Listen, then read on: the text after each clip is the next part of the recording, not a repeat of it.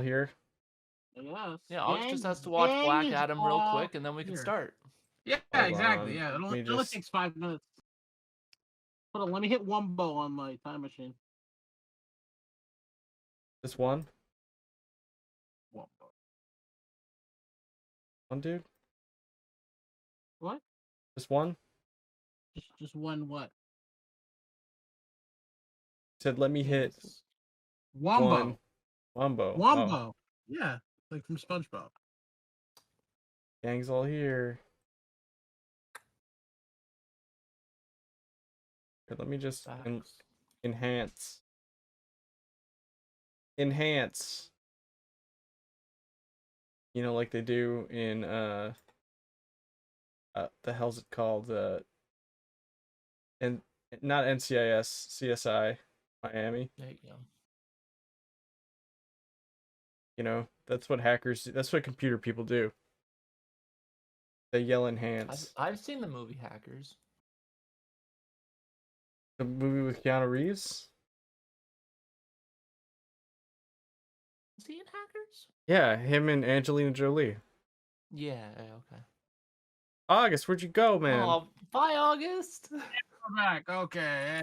Hey. There he is, boys and Hey, girls. What are you doing? Is What are you fucking doing? For my first trick, reappear. So 5 minutes ago. did you see any fights on Black Friday? Did you watch any people? Did anybody scrap? Nah, but like you know, because the shooters are now at Walmart. They come for a new low price. There were cops there when I showed up. They had the cops on deck. They had them at the ready. Because America, streets ain't safe. Neither are Walmart. I mean, it was a manager that went rogue, so yeah. It be your own people sometimes. Right? It could be anybody. They're like, yo, you're pretty cool. Don't come into work tomorrow. Yeah. Fuck. It's the guy that always gives him a Snickers bar every Friday. Full size. Full size, yeah. Instead, he gave them that boss, you're the coolest. Full size candy bars. Yeah. And that one day you ticked him off, he gave you that full clip instead, my boys. He leaned over and whispered, "Thanks for the candy." Yeah. Shit. Like, holy shit. So like, classic. But like on the real though, what, four mass shootings in 1 week? This week? We just don't really count anymore. It's I mean, I don't really keep track anymore, dude. Unfortunately. Shit, bro. Like legit, I think it was at least 4. Like four like big name news ones at least. For you, and like a couple of us had the double digit count too. Shit's just crazy.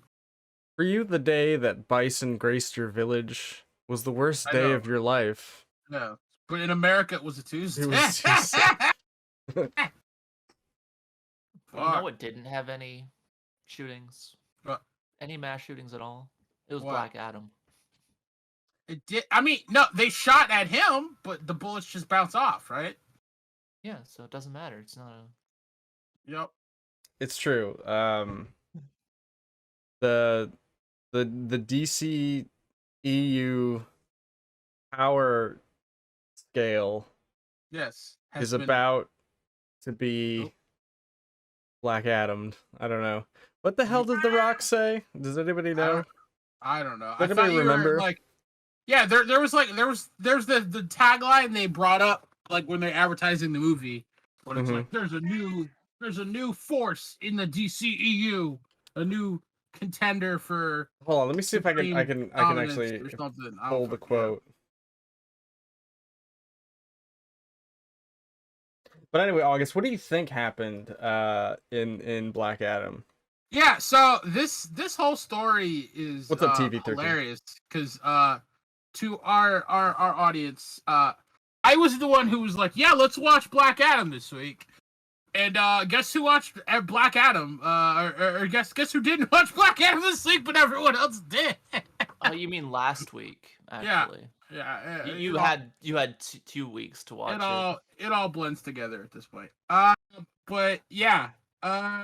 So I watched almost everything but Black Adam, but I did not watch the Adam Noir. So yeah, but no, it looked good. I made it. I tried. I tried to Black Friday, or I did 6 Festfully Black Friday. This day, this fine day. I traded my Black Adam for Black Friday. And I picked up a cool item. Is that in Friday After Next, or? Yeah. I secured the bag, so to speak, but at the same time, I lost the ability to watch Black Adam because there just wasn't enough time. Or that's the excuse. That's how this story relates to Black Adam review. Oh. Yeah. I should have known. I could have gone with the dog ate my homework, but I neither have a dog nor could he have possibly eaten my ability It would have to watch a real hard time like chewing through a Blu-ray. Yeah. Well, the hierarchy not impossible, drive. The hierarchy of power in the DC universe is about to change. That's what The Rock said.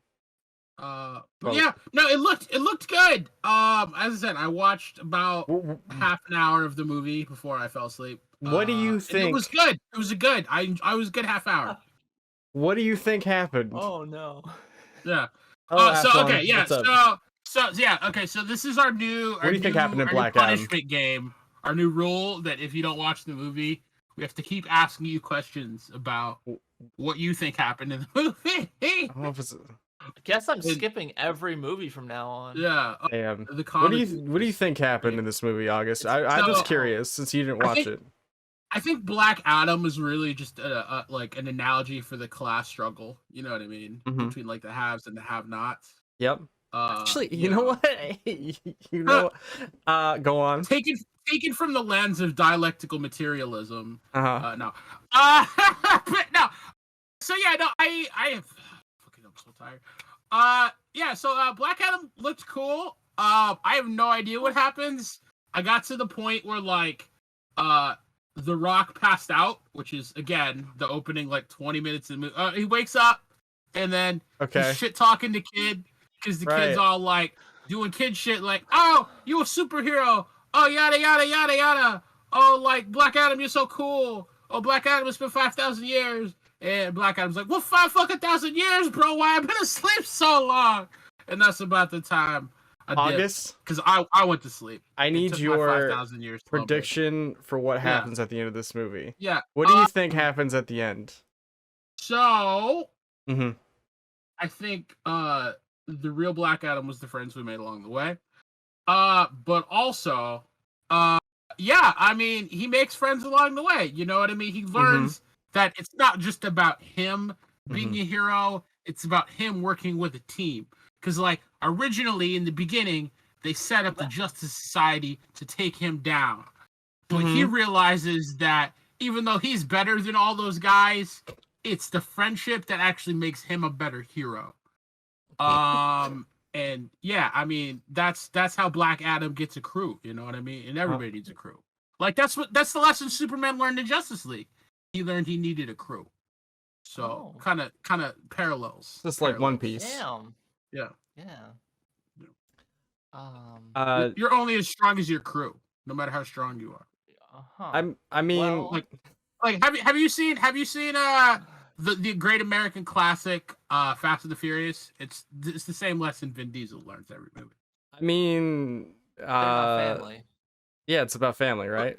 But I mean, like, you know, they became family over the course of several movies.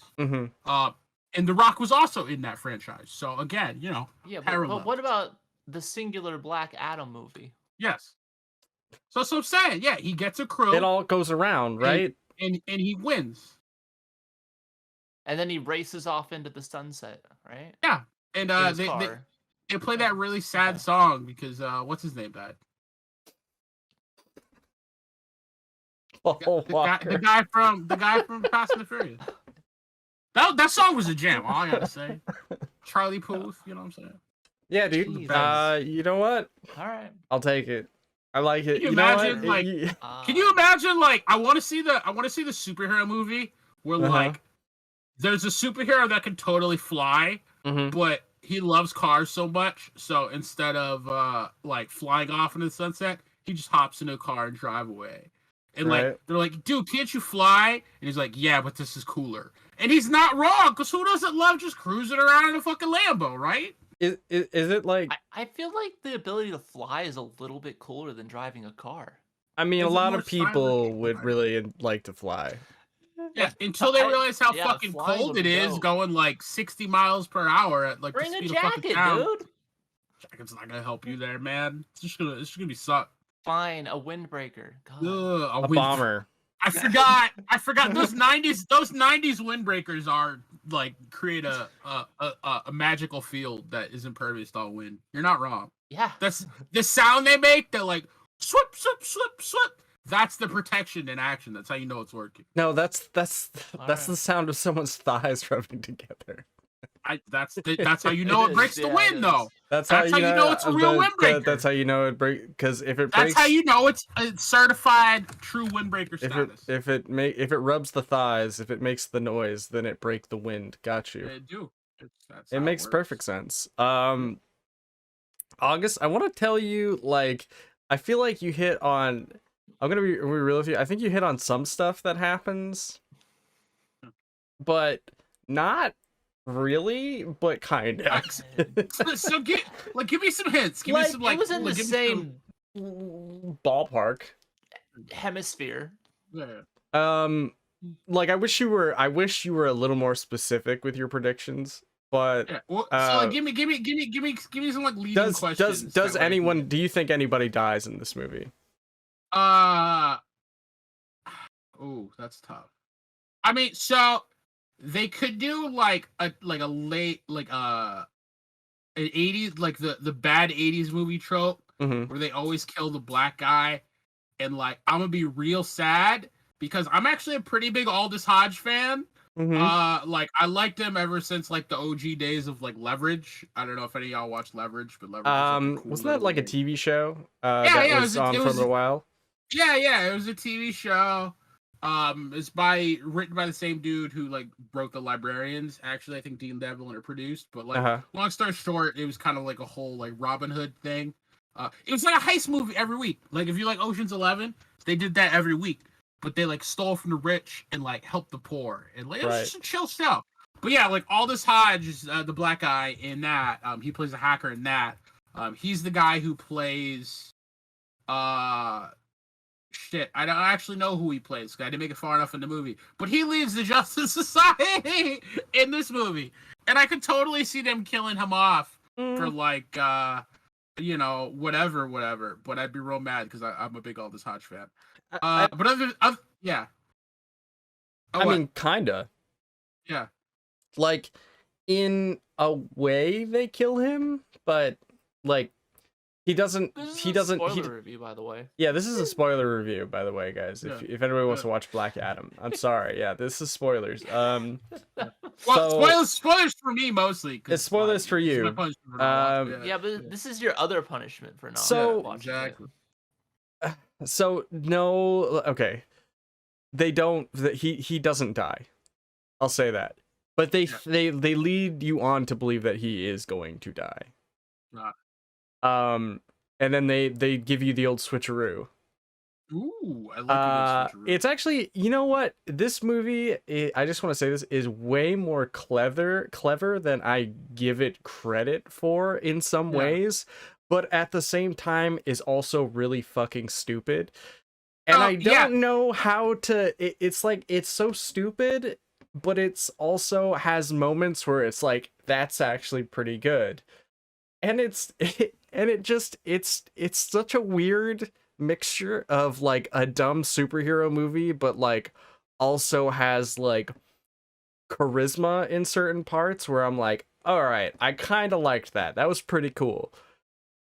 And so it's sort of like, it's almost like it's two movies. I'm not gonna lie to you. It feels like it's two movies. The first half of it is like something else. It's a whole lot of like just raw action and setup, and then the last half is just straight. It's so many tropes. And then the last half is way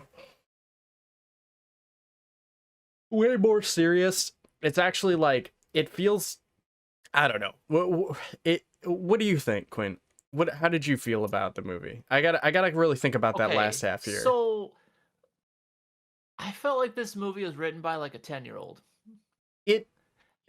And dude, yeah. holy fucking that kid would be like, how freaking cool would it be if like he shot lightning and like just killed a bunch of people. That seemed like sick, spouting though. some one-liners. That was pretty dope. I mean, he tried to. Yeah, it definitely like checked all the fucking cliche boxes, but did it in the funnest possible way. Because normally you don't get a hero where their debut is like, well, no, but like normally you don't get a character where their debut is like murdering a bunch of people. Like normally they murk people, but like that first scene where like he just electrocutes that dude down to a fucking skeleton and then just crushes his fucking spine. That was some Mortal Kombat shit. That was so fucking dope. You don't get that a lot. There is some fatalities. Also, there's like a weird like inconsistency where he shows up with a beard, but then he apparently just blows up and then just wipes his own beard out along with his own cape.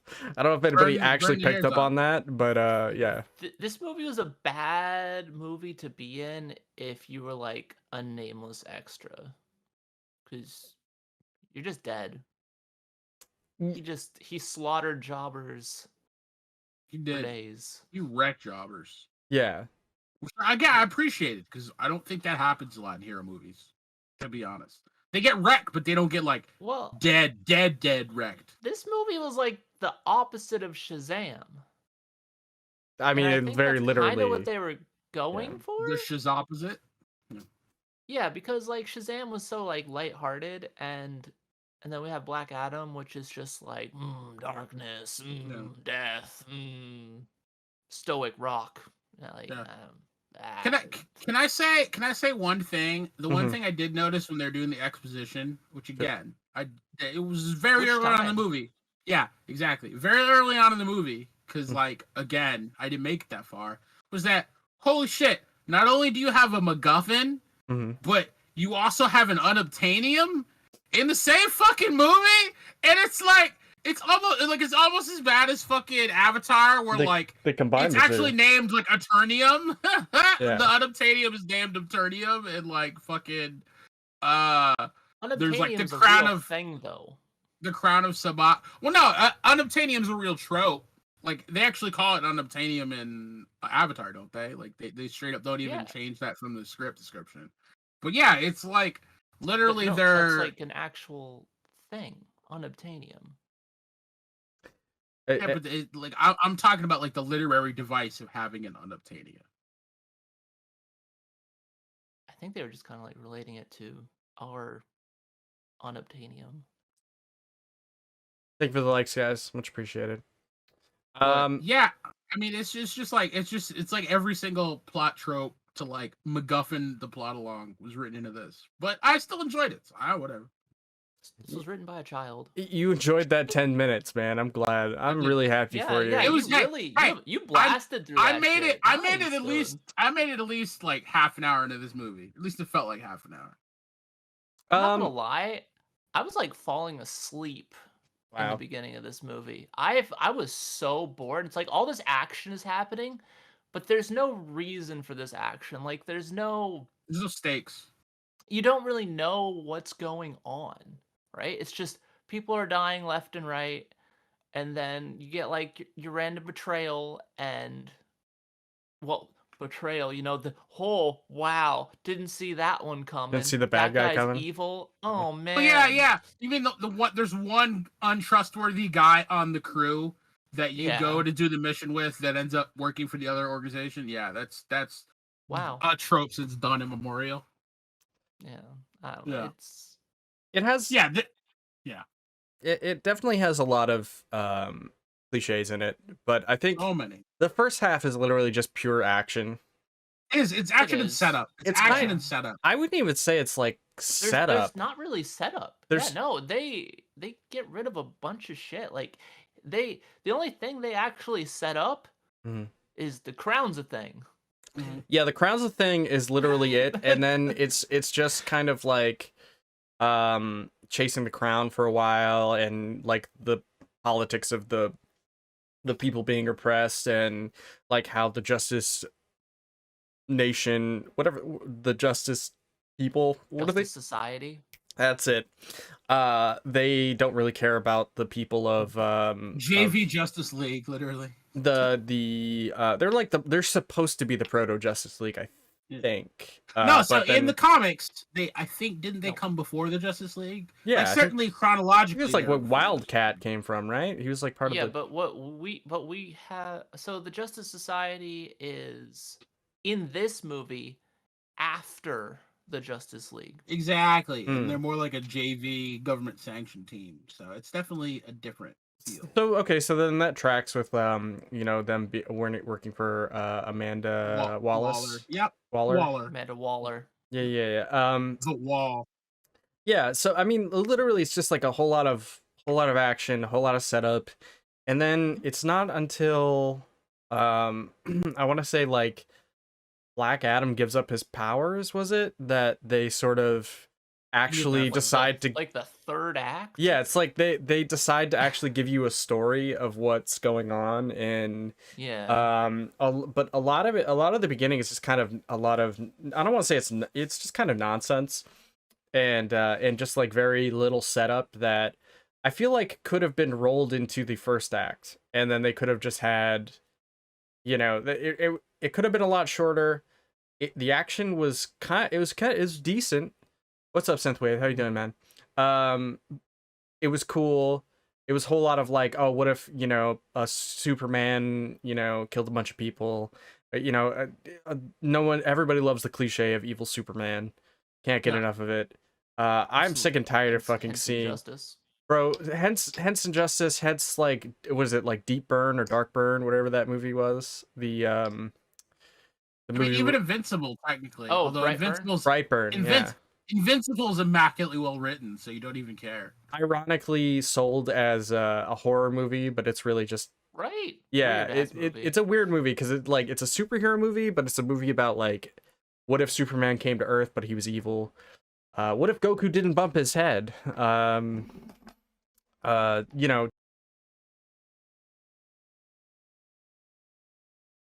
Anybody still there? Your mic just went out. Oh, okay. Yeah, Stop I'm talking. Back. Your mic just went out.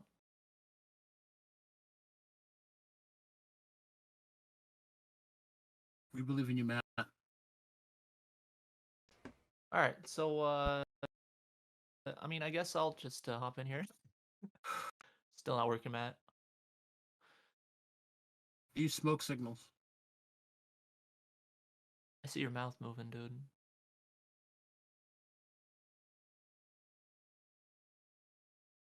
Practicing his ventriloquist act.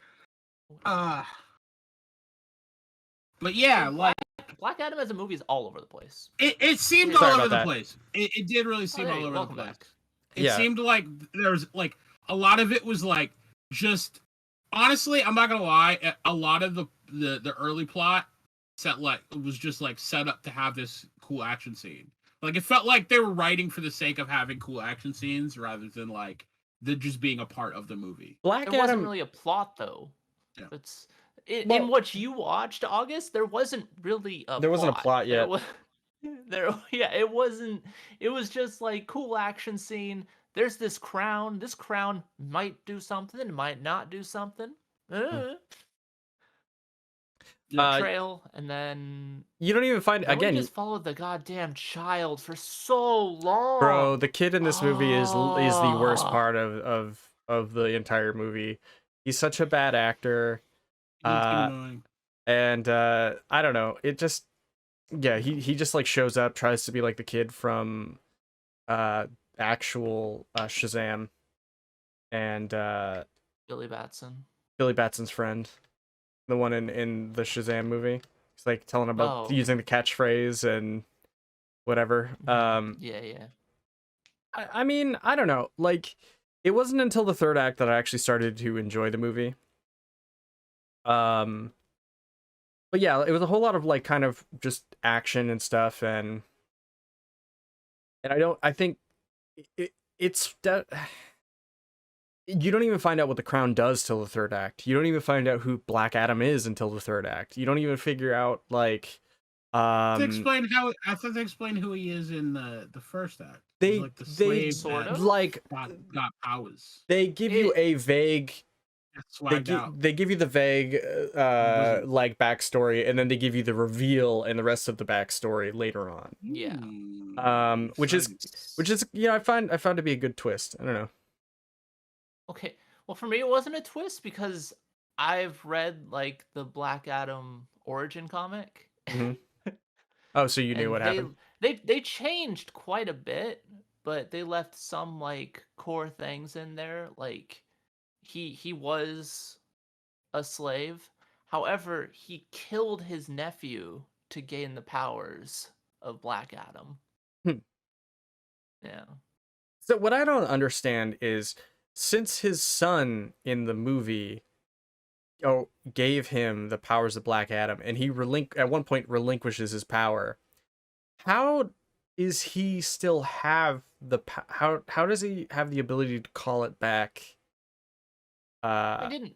You don't really relinquish it, right? It's just a transformation. Like Shazam can say Shazam to turn into Shazam, right? Or then say Shazam But he was again chosen to turn back to just normal ass Billy Batson. Yes, but the mantle was passed on from his son to him. They literally like made like a contract there in the before times, you know. So they made and then the Council of Wizards locked him away because they're like, hey, you're not actually like the chosen champion. You may have the powers, but you don't have like the moral compass or whatever, right. you know? Like, he's not supposed to be killing people, and I mean, isn't that what they say in the? Isn't that what they say kind of in the opening credits? Is that like essentially some quote about like humans were given magic, but they always go too far, so we had to take it away. Or they're easily corrupted. I don't remember well, I think it didn't say that exactly. It more said that like humans were given magic, but they're too easily corrupted, and then it just kind of leaves it open ended. But like you can kind of infer by the fact that they've sealed dude away that the wizards the wizards were kind of like, dude's doing too much. We got to shut it all down. But then again, I haven't watched more than 30 minutes of the movie, so I don't know. Yeah. Fair. But yeah, it like I didn't actually really start enjoying the movie until the third act, which is, I feel like for a lot of people that's sort of a tall ask. And so I can see why a lot of people wouldn't like this movie. But I can also see why people would, because it's fun. It's a good time. You turn your mind off, just kind of like enjoy it. A lot of cool stuff happens. Some of the side characters are kind of neat, but they don't really do a whole lot. I mean, they do some stuff, but I wouldn't say like teamwork is like a moral, like a thing that Black Adam really learns, because he ultimately doesn't really give a fuck about anybody in the Justice Society. Yeah. He only just kind of happens to help them through, whatever. It's actually more or less Hawkman that kind of has more like. Oh, we didn't really explain the Justice Society, did we? Yeah, so do you want to explain the Justice Society, I guess?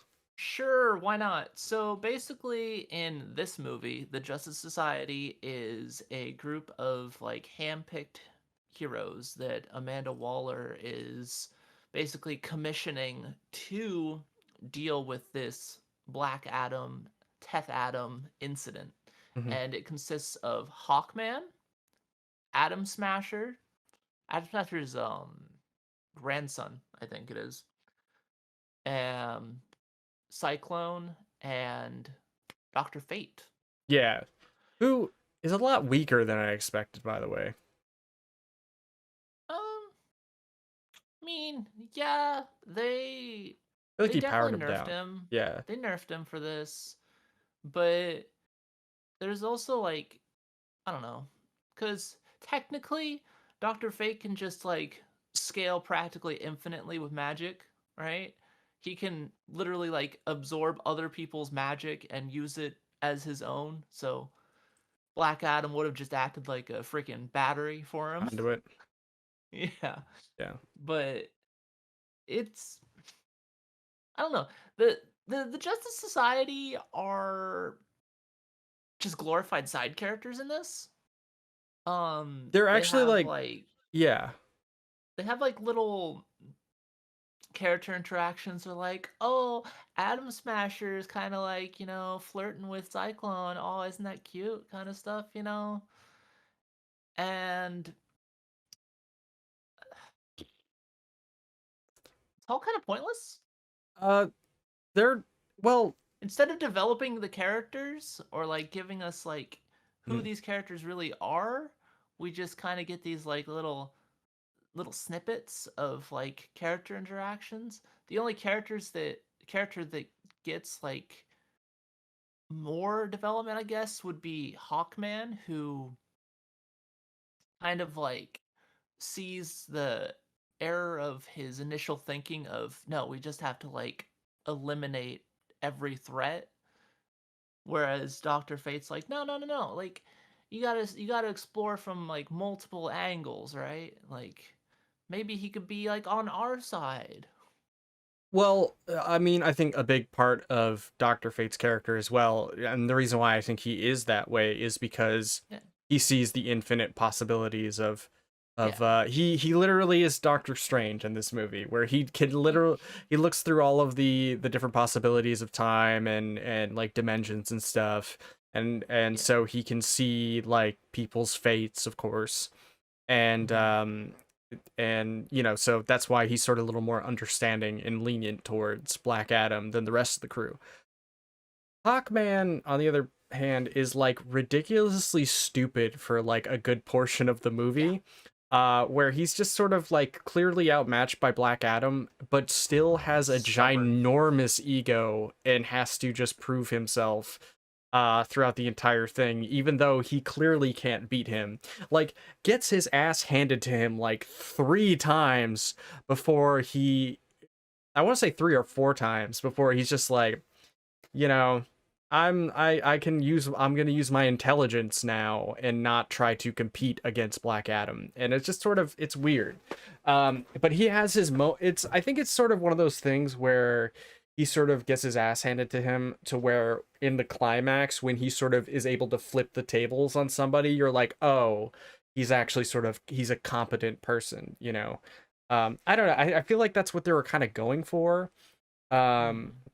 But he does have his moment to shine, but most of the time he's just used as like, I'm the leader of even though realistically, let's face it, Dr. Fate is the leader of the his moment to shine actually made no sense in like the continuity of Dr. Fate's powers either. Oh, you're saying like the helmet doesn't necessarily, because the helmet only gives you premonitions, right? It doesn't. No. So the helmet houses the Lord of Order, Nabu. Mm-hmm. And whoever dons the helmet becomes Nabu's vessel. Nabu's vessel. So it's like traditionally you can't even take the helmet off unless he lets you. Right. You are just Dr. Fate once you put the helmet on. You can like make deals with him. Yes. Like in one thing, Zatanna's father, so it's like Moon Knight ends up becoming Dr. Fate in a way. But Zatanna makes a deal with Nabu for like 1 hour every year. I get to see my dad, and you get this, right? But in this movie, you can just freely take the helmet off, put it on, use its powers. He can do whatever he wants. Even Hawkman can use the helmet's powers without wearing it. That's weird. It's super weird. And the helmet redesign was weird too. I don't know. It was like Also, isn't like Hawkman supposed to be from a hawk people that like? Yes, correct. He's like, but in this, he's actually just a regular human dude who just has like, like robot wings. He's just a dude. Yeah. I don't know what they were going for with that. It was kind of strange. They're just fucking with a bunch of shit. I don't know. Yo, Au-gast. They just kind of threw a bunch of shit out. Saw what stuck. How you holding up over there, buddy? Oh man, it's rough. This is gonna be another of those podcasts where I need to like crack a monster, bro. Yeah. Hey man, do what you got to do. We're in this. But yeah, no. We're moving. So obviously they have so one thing that they do in the story is, of course, you know, you have they have a couple of reveals, right? Kind of working towards the end. One of the reveals is that they think Black Adam is supposed to be the savior when it's not. It was originally his son, and the power was passed to Black Adam, which is why Black Adam is not this person that everyone perceives him to be, and that the story that everyone thinks that they know is incorrect, like historically. Yeah.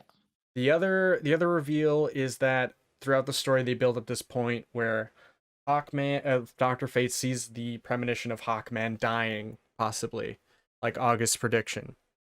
Where in the story, near the end, Dr. Fate sees like a separate, you know, he gives him the Tony Stark one finger thing, where essentially he's like, yo, in this one timeline, this is how you survive. And that's by him instead of him sacrificing himself to the bad guy, who gains basically the power of hell from this crown that kind makes pacts with like, okay, so like Shazam, right? Yes. And Black Adam is like the inverse, powered by like different gods, mm-hmm. right? Well, the crown wielder is empowered by demons. Yes. So like he makes like a pact with like greater demons in hell to gain their power. It's dumb. Yeah. And the CGI is questionable. Yes. And so basically through that, you know, the guy who was you know, everybody predicted was the bad guy from the beginning, you know, is a part of this long lineage of people who had this same pact with, you know, these gods, these demons. Yeah. And, you know, gains this power to, I don't know, destroy the world, brings an army of hell. But really he's just a minor inconvenience to Black Adam, who slaughters him. And like... even with that, even like taking Black Adam out of the scenario, just regular everyday people can beat these demons' asses. Like some housewife with like a chair, you know, could just, you know, they were just wrecking the demons. So a child unites like all of the people somehow. Yeah, by doing, I mean, by doing from this.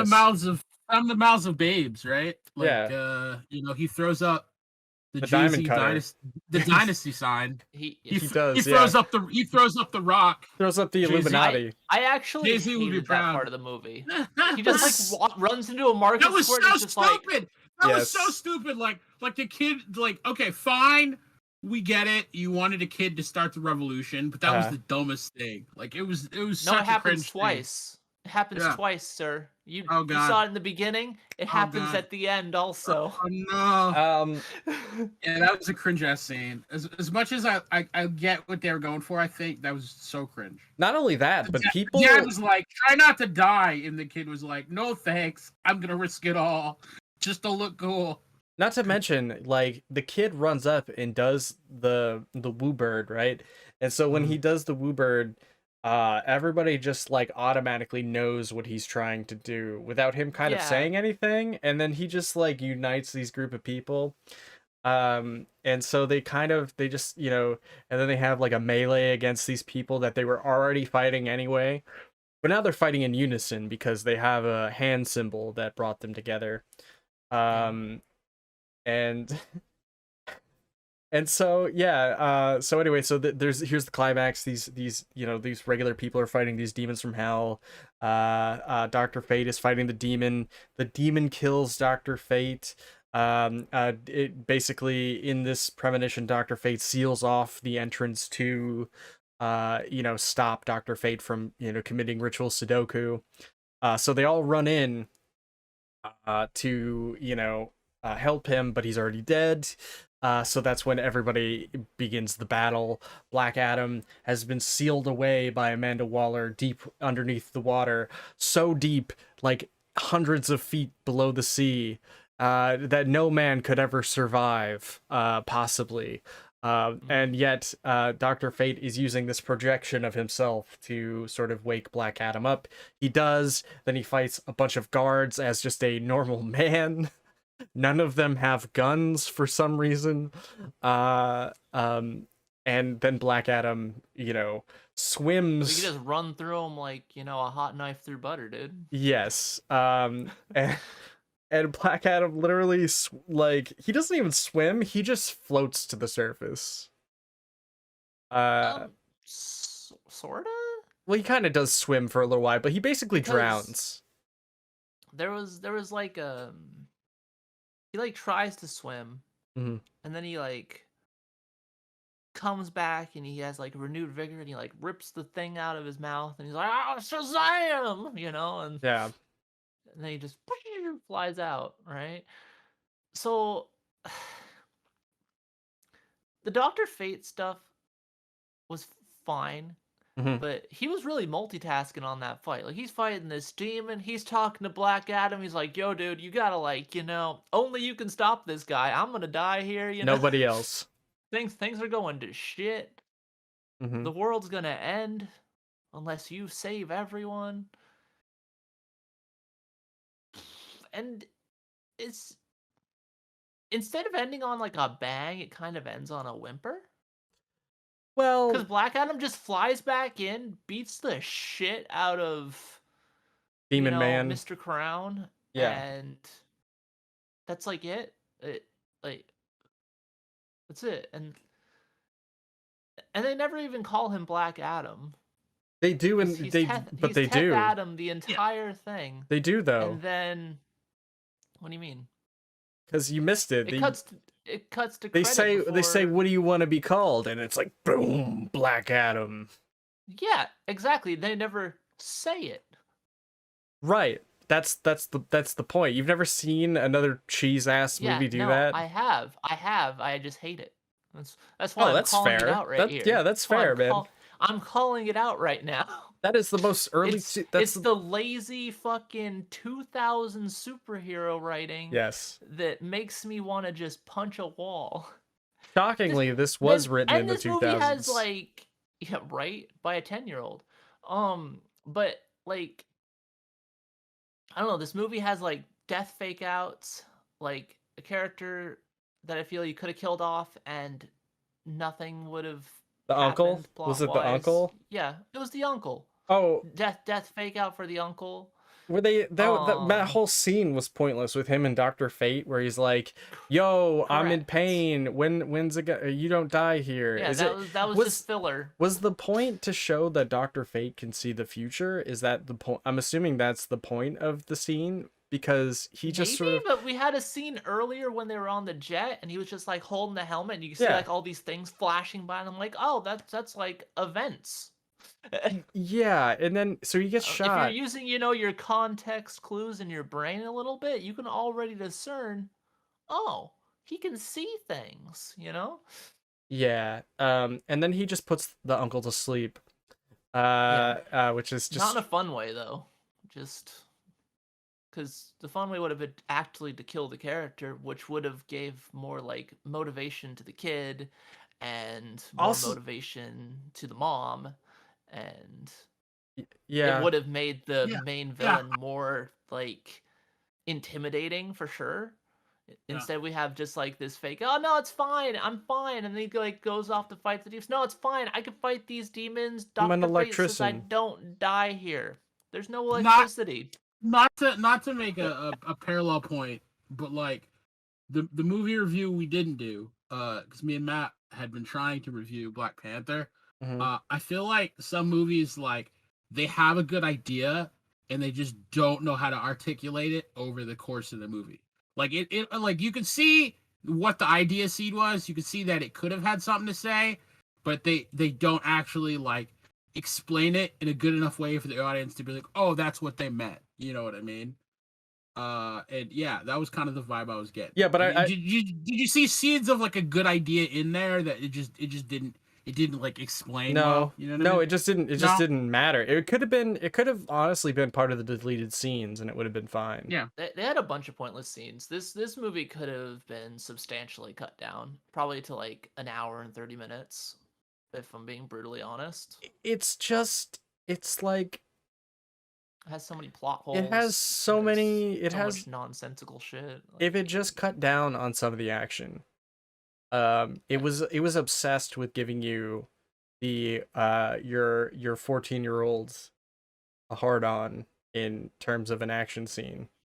We didn't Obsessed. need 25 minutes. It was a lot. Black Adam flying after these like bikes and like individually ripping off like these shells to try to find the child.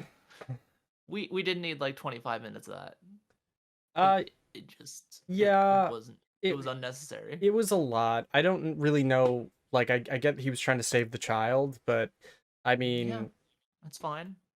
Like make it faster. Like they were obsessed in this movie with proving how strong Black Adam is, and how smart the child is, since he outsmarted the entire enemy organization. Which is weird because that child is fucking stupid. Anytime he talked, he was a dummy.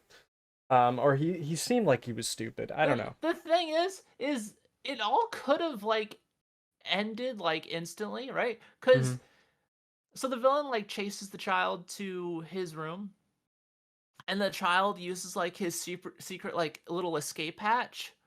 Why didn't he just like throw a grenade down there?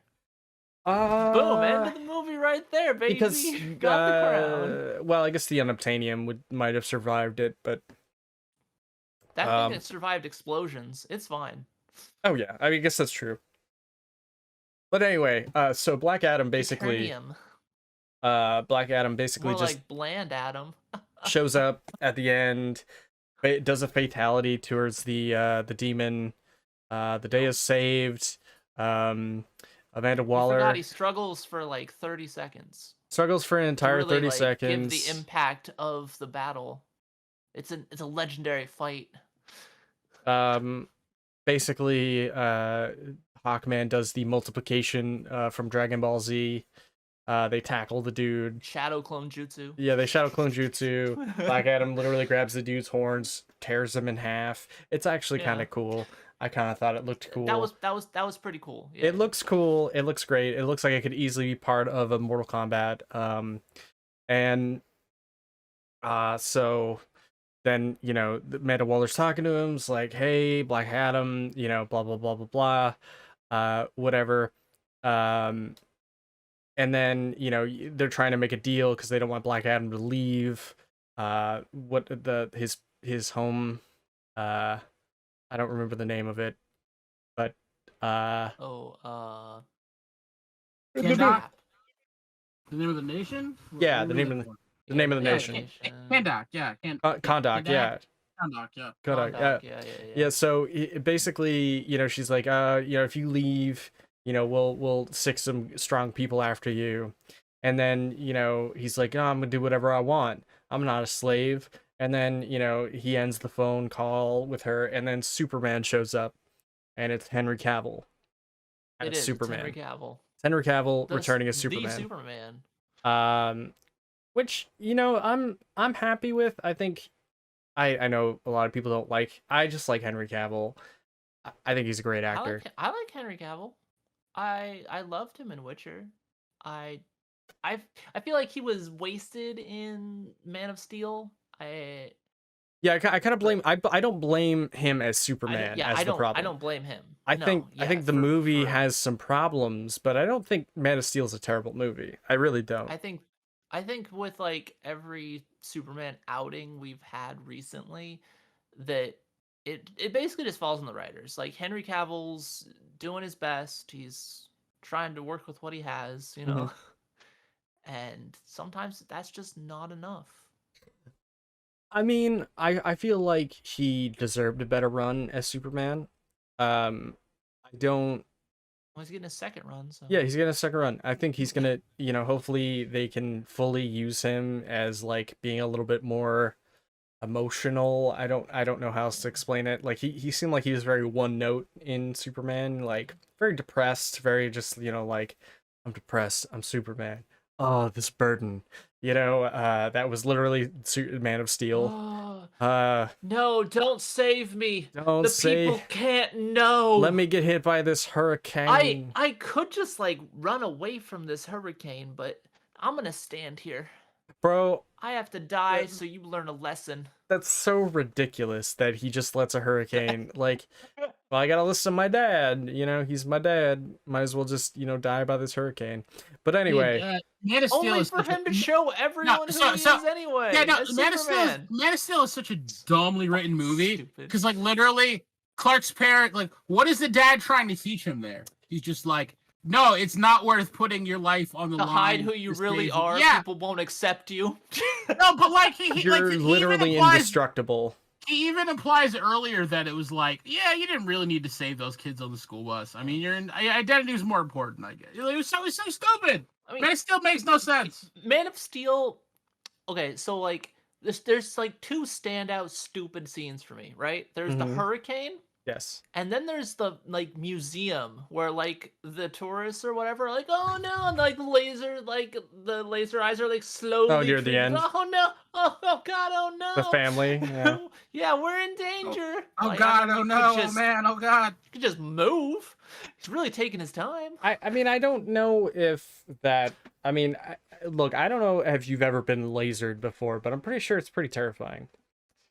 I mean, it was so slow. It was like, okay, I equate it to like, like the James Bond shit that people always make fun of, where like there's like a laser coming up slowly to like cut him in half, right?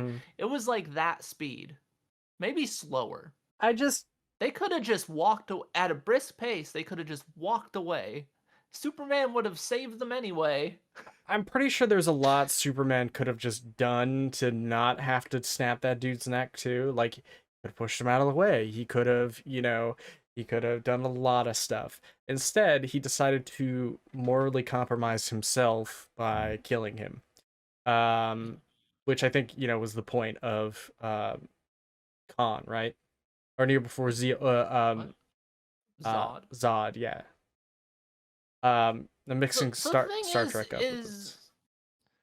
I thought that would be an excellent chance to introduce like the Phantom Zone.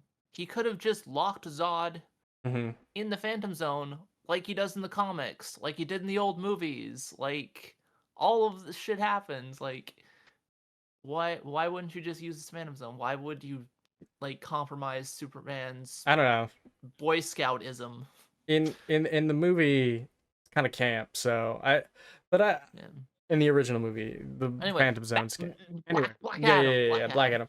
So I don't know, man. What did you think of this movie, dude? What are you gonna give it? Yeah. Okay, so this movie is essentially two movies. Yes. And I didn't like either movie. I think as a whole, they really clash tonally with each other. Like, there's just like rampant murder, and then they're cracking jokes, and then they're cracking jokes, and then there's no more murder, and then it gets serious again, and then it gets funny again. I don't know. The movie was all over the place. It gave me like whiplash. I was like, wow, what's going on? What kind of movie is this? I don't understand. Yes. So I am going to give it like a 5 out of 10. Oof. I think it is barely an average movie. I don't think it really had any redeeming qualities. I still enjoyed The Rock. People said his performance was shit. Meanwhile, I was like, I mean, I feel like a person that was, kind of like socially inept / like a slave or whatever would have kind of like this social tough, ineptitude. Like, yeah. Right. Yeah. So I feel like that was actually conveyed, maybe unintentionally, maybe that was bad acting, but it actually worked for the character. The child was horrendous. Yes. The mother was hot but annoying. hot but annoying. Word. Definitely. Yes. She made so many horrible choices. She's kind of a bitch. So many horrible choices. The uncle was insufferable. He was like the target comic relief, and he just didn't really work. He wasn't funny. Yeah. He was the Chris Pratt of the movie, but worse. Yeah, the villain was never actually a huge threat. To call him a villain is, I don't know, kind of like an embellishment. he didn't do a whole lot for most of the movie other than die and come back. Oh, did you see the? Oh, speaking of which, did you see the cameo? Remember the cameo? The post-credit scene? No. There's another cameo that you probably missed if you didn't. Do you remember Peacemaker? Yeah. What about it? There's a cameo from a Peacemaker character. There was? Yep. Oh. Do you remember the? Besides Amanda Waller? Yes. Do you remember when they're dropping Black Adam off and there's this blonde woman that like meets like either Atom Smasher or yeah, okay. That's the girl. She's from Peacemaker. But yeah. Oh. Yeah, she's Peacemaker's love interest.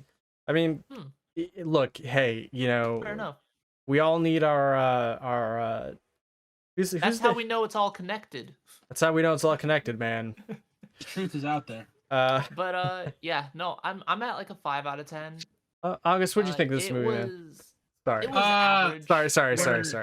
Yeah. So what did I think of this? Just barely average. I watched, dude. What'd you think of 30 minutes? Yeah, like, bro, The Rock murdered like 100 people. 10 out of 10, baby. 10 out of 10. Highest, best movie of the game of the year. No, it was I enjoyed what I watched. As I said, I didn't watch enough for the movie to start getting stupid and weighed down by dumb plot issues. I was still riding the high of it all being fun exposition. So yeah, no, I would have given this movie like a 7 to start. And then the subtractions start coming. Yeah, I mean I didn't get to the subtraction step. Like I've August, people that you don't have to answer this seriously. Yeah. You're like giving it your best. I appreciate you giving it your all. Just give it like 1,000.5 and I'll be like, all right, I appreciate you, August. Thank you. Yeah, like one American screaming eagle out of 10. No, it was, dude. As I said, I like to start. I enjoyed what was happening. So I'm still gonna give this like a 7. And then like all right, a 7. Okay, I'll take it. What do you think about the movie, bro? I think it was, believe it or not, I had fun with the movie. I had a good time. I think it's a stupid ass movie. I think it's really dumb. I think I enjoyed some of the reveals though. I got into it a little bit like near the end there, but I was waiting for shit to happen. Oh no, if you're not paying attention, if you're ADD brained, it's gonna be hard to keep your mind on what is happening for the first part of the movie. I think the movie, I don't hate it, but I don't love it either. It's such a DC movie in that regard, where all the DC movies are like, they're not bad. They're not really that bad. Like if you watch them, I've seen bad movies. Those aren't bad movies. No, they're just have big issues. They're just not great. They're just not. They're just not great movies. They're not bad movies. They're not great movies. Yeah. And I feel like the people that like some could be considered bad. I think Marvel has perfected the enjoyability formula. DC is not. I think the Marvel used to. I think they definitely did in the past. Yeah. Yeah. I'd say the movies are still more fun, but I don't know if like fun is the be all end all. I'd say Wonder Woman 1984 is objectively a bad movie. I would 100% agree with. I would say that is the worst. I would give that movie like a 3 out of 10. That's weird because I want to like the plot, but that movie puts me to sleep. Bro, that movie. I want to like the plot of that movie, but it's so fucking slow. That movie is so incredibly stupid that yes, I cannot give it any credit. But yeah, bro, I hate giving movies this. I hate giving. You know what? I'm gonna give it a 6. I want to give it a 7 because I give I give everything a 7. I give everything a 7, man. I feel like it's not bad. It's middle of the road. I'm gonna give it, I'm gonna give it my patent 7. Oh wow, there he is. It's you can take my criticism seriously, and just know that I'm gonna give it a 7. And it's funny because, yeah, it's not bad. It's not great. It's just okay. It's fine. Some people, for me, right? Some people love it. 5. I gave She-Hulk a 7. Yeah. I gave this movie a 5. Yeah, that movie's fun though. That puts things into perspective. Does it? Yeah. In what regard? Not great. Oh, in Black Adam being yeah. poor. Yeah, I would just just turn your fucking mind off. She-Hulk. Go get drunk. Turn your mind off. She-Hulk is great. What are you talking about? Go watch Black Adam. So drink before watching this movie. Or just go watch Shazam. Shazam's just a much better movie. Shazam is fun. With a consistent tone. Shazam's fun. I don't. Also, can we just talk about the elephant in the room? Look, Black Adam is gonna get wrecked by Superman. He just is. Look, I know. Look, just give me a second. I know Superman's weakness is magic. So I know that's the only reason Black Adam's gonna give Superman a run for his money. Okay? Yeah. But other than that, on a strength factor, like, I think he's still Superman. Superman's built to win. Superman gonna punch harder. That's what Superman is literally designed to win. Yes. Like we can take it into like the animated universe or like the comics where Black Adam literally can trade blows with Superman. Yeah.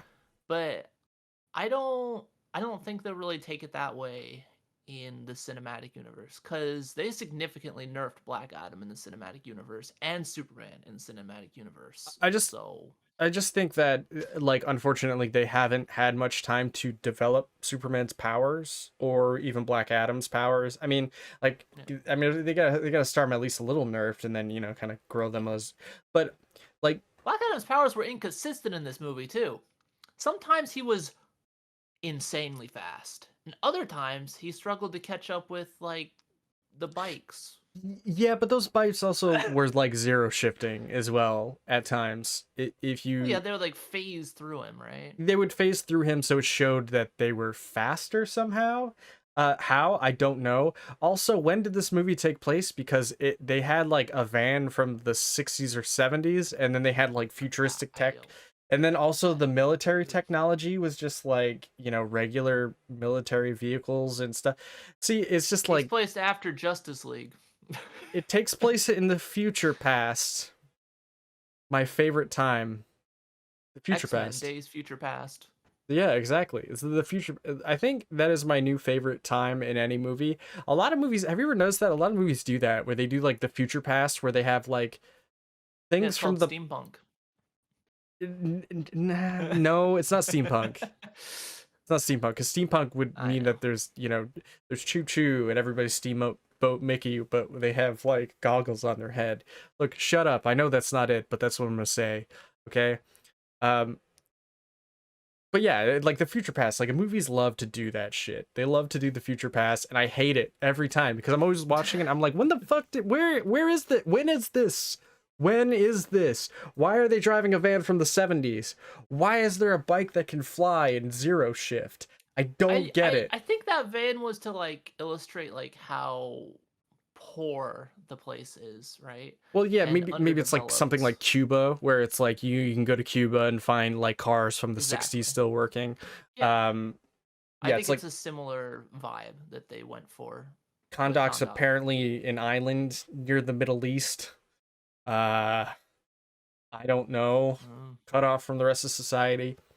Even though like she's Like, I feel like the woman, the mom, is blaming the Justice League or superheroes for not caring about but the fact that the Justice Society is just there because Amanda Waller from the military is like, why is she blaming the I feel like she's blaming the US military for not coming and saving her country, where again, it's like people have an issue with the US military for being the world police, but that's like a political thing. I don't know. It just seemed like a very kind of strange disjointed, weird characters, man. I don't know, dude. yeah, I don't know. But anyway, yo, sorry, we spent way too much time talking about that, but that was the perfect amount of time. It's fascinating. Yo, I August. gotta shit on that movie. August.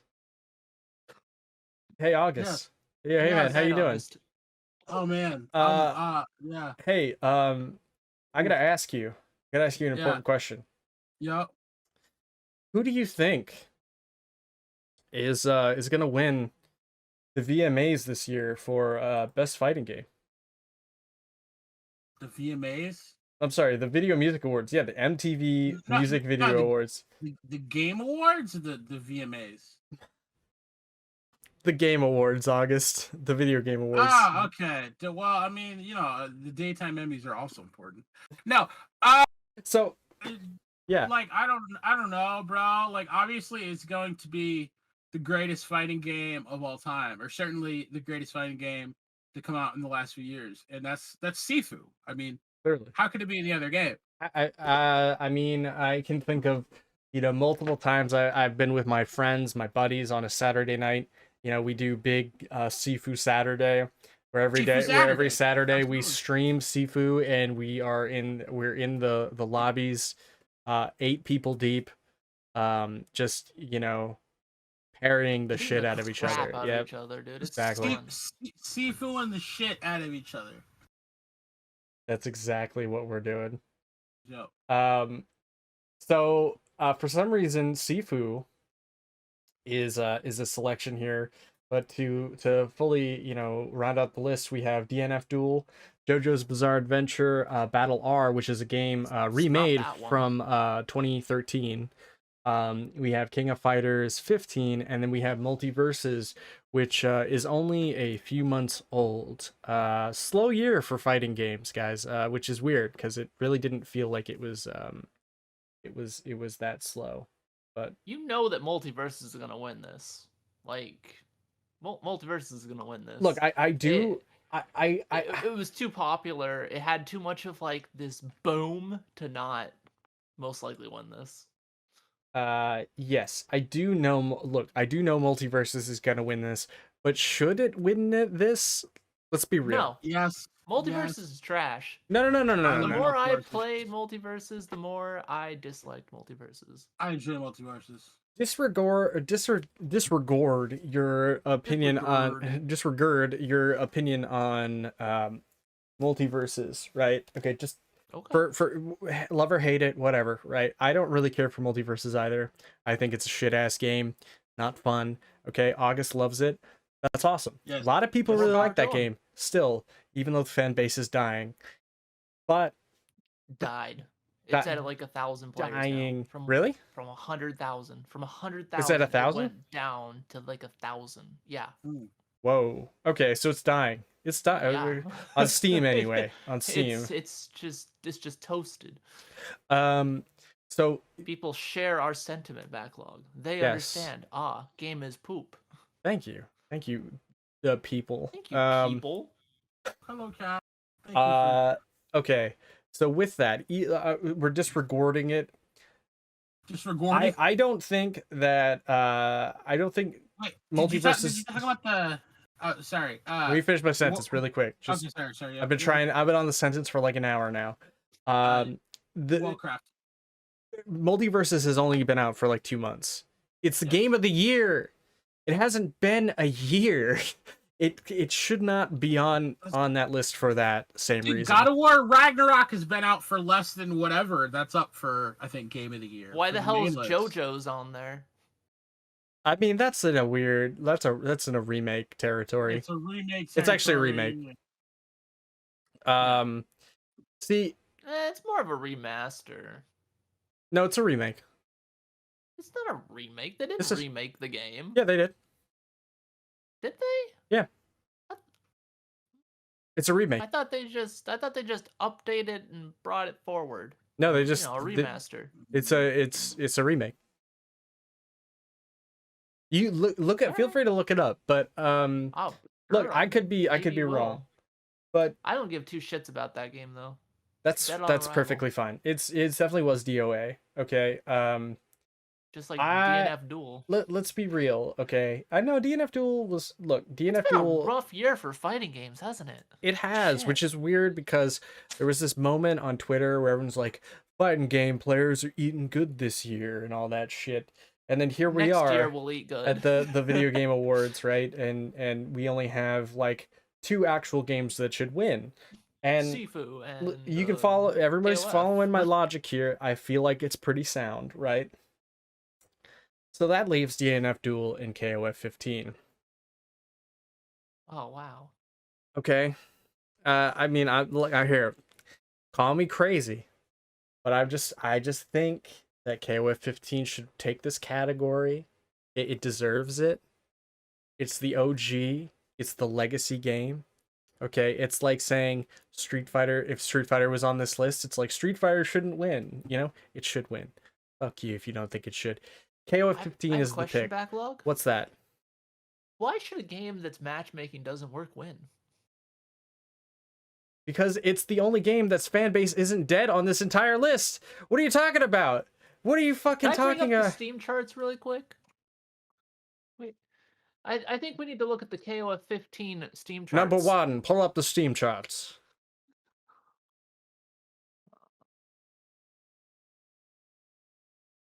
That's right, Synthwave. Synthwave gets it. He knows. KOF 15. Here we go. There we go. There's the Steam charts. What's that Steam chart at? Chart. Look at this. Pop that right up there on what the that Steam chart? Quick ski. All right, let's see here. Quick ski. Here, I'm gonna point this out. Let's pop that up there.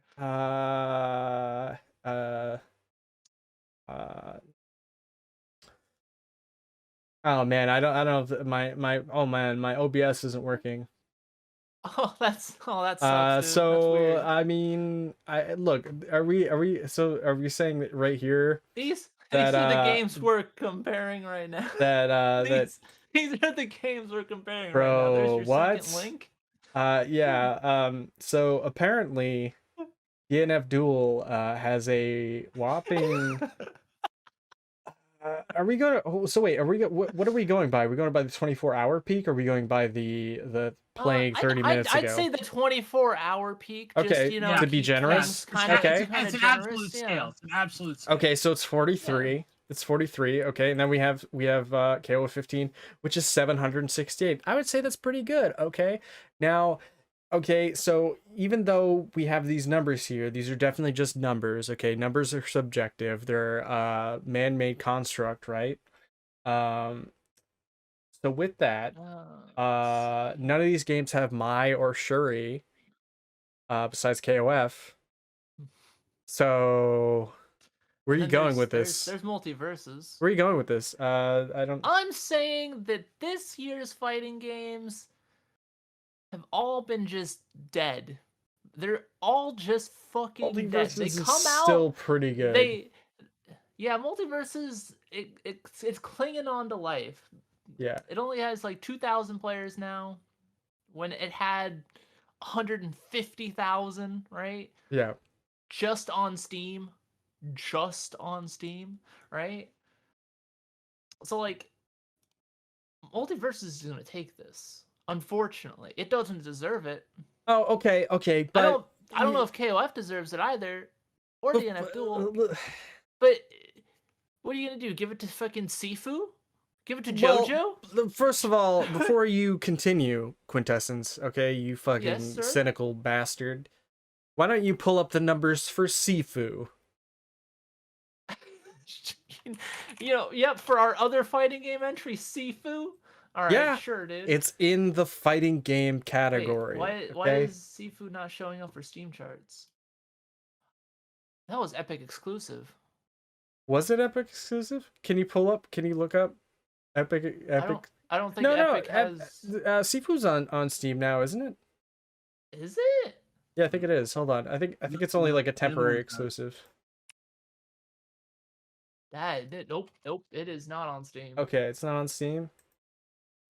Nope. Well, okay, so all right, bring me the Epic charts, I guess. Is there an Epic chart? Charts? Probably not. No, Epic doesn't share that information, I guess. What a shock. It's fine. It would probably. But you know what? I bet there's more people playing Sifu than DNF Duel. That's right, and all of them are just Chewy. It's just Chewy on multiple. Our Chewy, our editor, and he's only playing with mods. There you go. Yeah. Now you know. How is JoJo doing? I imagine it's just fucking dead too. Let's see. Oh, it is comparable to KOF. Really?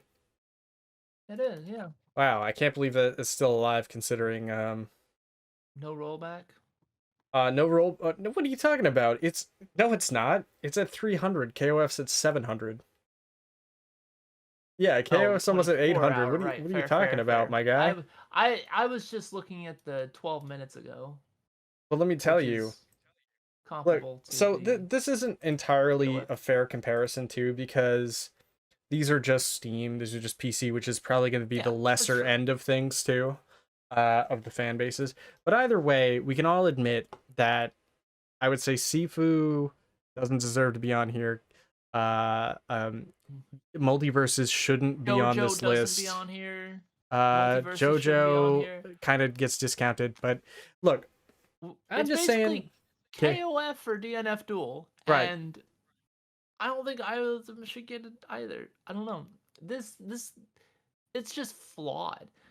Since we've had like a drought / just like culling of fighting games this year. Yes. It almost feels like a pointless category. Yeah, it really does. Like a gimme, I guess. And WB will just be like, I mean, here's some money, Game Awards. We know you like money. And then Yo, August. Someone put August sleep timer on. Yeah, good night, August. August? Yes. Okay. Hey. Am I still here? How are you doing? Welcome back, dude. Hey, buddy. Hey. My nap was great. Hey, who do you think? Who do you think should win the fighting game thing? The fighting game. Well, I already said Sifu should win, but obviously, like you heard me, like Multiverses is the well-known name. It had the biggest player count. It's probably gonna win. That's just what it is. Yeah. All right. Fair enough. He has money. They'll throw money at Game Awards. Fair enough. Awards will award. Yeah. So just like the Oscars. Exactly. It's simple. So, speaking of, have money will win. Wait. What's that? What are you saying? Did we talk about the actual overall best game nominee though? Like, were you guys at all interested in? Did you guys talk about the overall best game nominee though? Like, were you guys interested in the not the fighting game nominees, but the actual like game of the year game? We did not. We didn't. I suppose we could. Hold on, let me look this up really quick because I don't even know who's competing. I'm sure it's gonna be. Look, first of all, it's not even a point of talking about it because it's just gonna be God of War Ragnarok. Come on, let's go. That's a weird way to say Elden Ring. Yeah. Whoa, okay. Those are the two top contenders. Game of the year. Yeah. Okay, so we can take a look at this then. Well, it shouldn't be Stray. That's not even a game. I mean, Cat Simulator. It's a simulator. So we have Plague's Tale Requiem. We all know that not a lot of people have played that. Elden Ring, God of War Ragnarok. We have Horizon Zero Racing. West. Transformed. Stray. Xenoblade Anime 3. So we can just go ahead and get rid of Xenoblade Chronicles. That can just get out of here, right? Because that's anime, and anime is never gonna win. Stray, that's a cat. More like Anna shit. Whoa. Classic Quintessence coming at you. Stray could win just cause cat. I'm gonna It's be true. honest. Look, if there's one thing we know about the internet is that it loves cats, and God, they so fucking love cats. I I mean love that's up cats there. too, though. So August, Yes. cats, What cats? cats. Yeah, I like cats. Stray's not gonna win though. Okay. okay. All right. So anyway, so not Stray. Okay. Horizon Forbidden West. Nah. Plague Tale Requiem. So it's really gonna come down to, let's face it, it's gonna come down to Elden Ring or God of War Ragnarok. August, what's your take? I hear God of War Ragnarok is an amazing effing game. Mm-hmm. But Elden Ring does so much for the future of what an RPG could be. Mm-hmm. It's shit. That's again, I don't know. It depends. They're two very different types of games. I think Elden Personally, Ring is. I think Elden Ring is going to win just because it's been out longer. Right. And then not enough people have like the word of mouth campaign on God of War Ragnarok isn't going to be old enough. But it's pretty loud. Actually, I feel like God of War being newer gives it an edge because currently it's the new hotness. That's true. Fresh in people's I'm not gonna minds. lie, for some reason I thought that Elden Ring came out last year, and I don't know why, but when there's something about like being a part of content creation, if you know, if you want to be pretentious about it, that makes things feel like 3 months ago feels like 6 months ago. You know what I mean? It's because you're always, and I don't mean that to disrespect the game. It's just that when you're always learning about the new things that came out like 3 months ago, that feels like a long time. You know, I don't know if anybody agrees with me on that. I don't make content, so there's some ADD problems. I get it. No, but I mean, you're making it right now. I hope you do. You know? Did you know that? Did you know that when you're streaming a game, did you know you're also making content? I know you don't want to say that because it you know, it implies something that isn't true. I get shit on by people, but it doesn't matter. I mean, to me, it feels like an older game for some reason. But that's just like a little like anecdote for me. But yeah, it feels like a long time ago. It feels like last year. But yeah, what do you think about? So you're saying Elden Ring? I think Elden Ring. Yeah. So God of War is really good. Yep. However, I just prefer more game with my game. God of War has so many like quick times and cinematic fights and all that kind of stuff. I feel it really distracts from the purpose of playing a game, which is to actually play the game. Play the game. God of War almost feels more like a movie that you have like some interaction with, like a video, an actual game. No. So that's why I say Elden Ring, because you're always playing Elden Ring. There's none of that shit. Yeah, but I usually think like in first place is the most triple A game should win Game of the Year. Fair. And Halo. But Elden Ring has stepped up. FromSoft is basically a AAA studio now. They are a AAA. They're like a I don't know, like a 2.5 A. Yeah. No, it feels like they're like there's like a peanut and nougat, right? Of a Kusoge peanut nougat center, and then over that is like a AAA chocolate coating. You know what I'm saying? Are you shitting on Elden Ring right now? I'm saying that From Software makes jank ass games. You bastard. And we all know it. You're wrong. I mean, look at Au-gast. Look at me. Look at me. You can't look at him. His cam's not on. Look at Au-gast though. No, it's fine. Yo, bro. Who do you vote for, Au-gast? Joe Biden? Au-gast? Wow, a Trump supporter? Gross, Au-gast. Yeah, weird, dude. No, you know that's not me. Well, anyway, so what do you think, Elden Ring or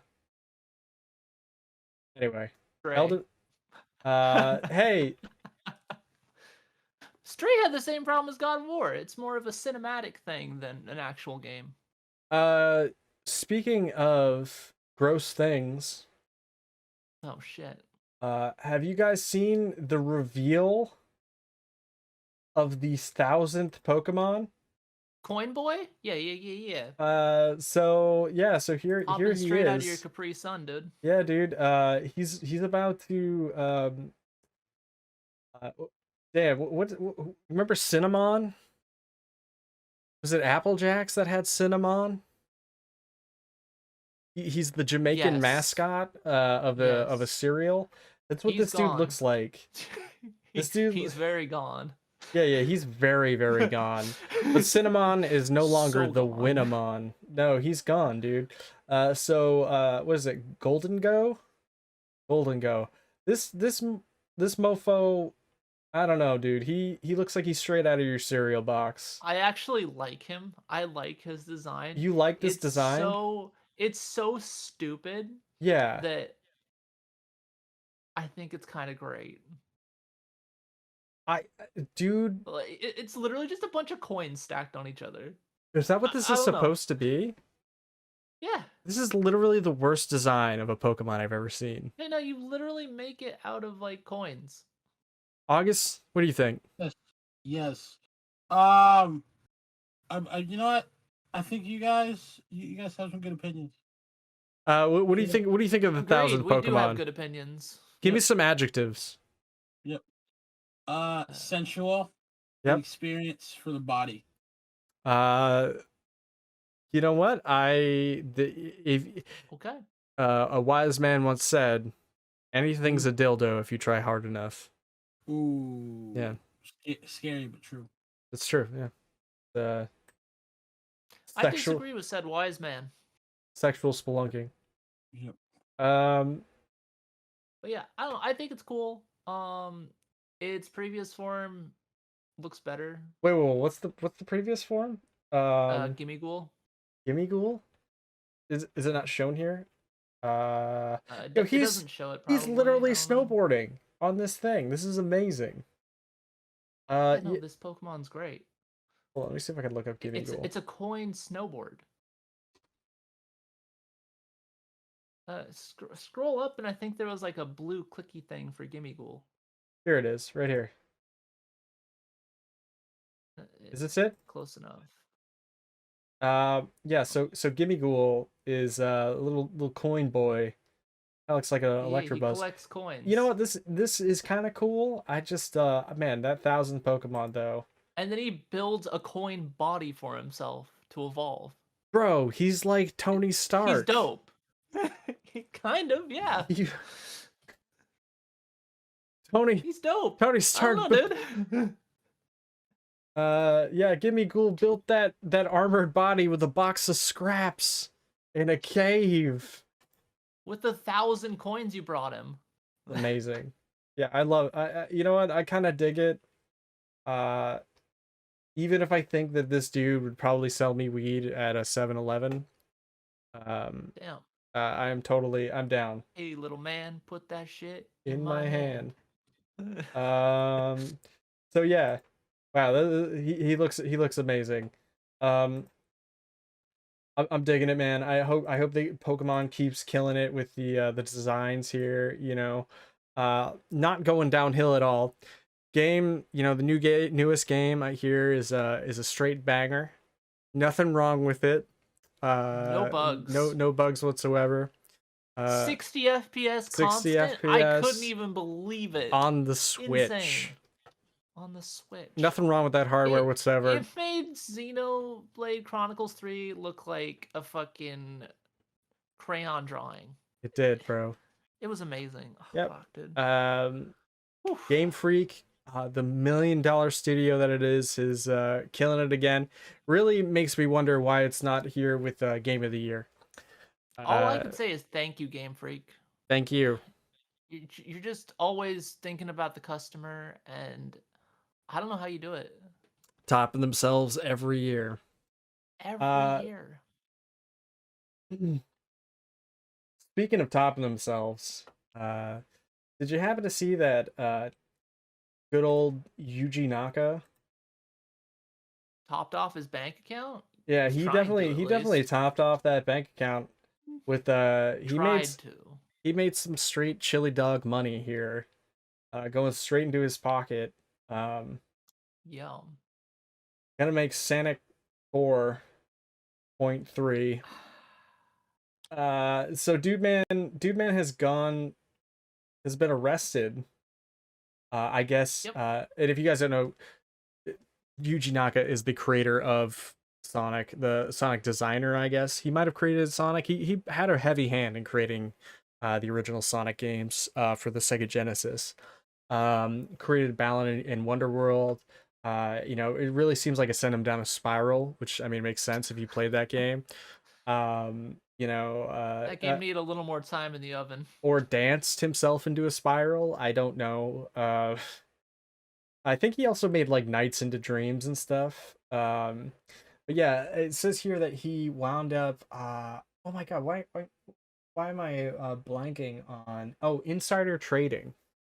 Yeah. So he knew about an announcement that was coming up for a new Dragon Quest game, and right before that announcement hit, he bought up a bunch of Aiming, which is the studio that makes Dragon Quest, bought up a bunch of their stock. Yeah. And then, oh man, wow, that's crazy. It just went up a bunch right after the announcement. Wow. Crazy. I didn't know this announcement was coming.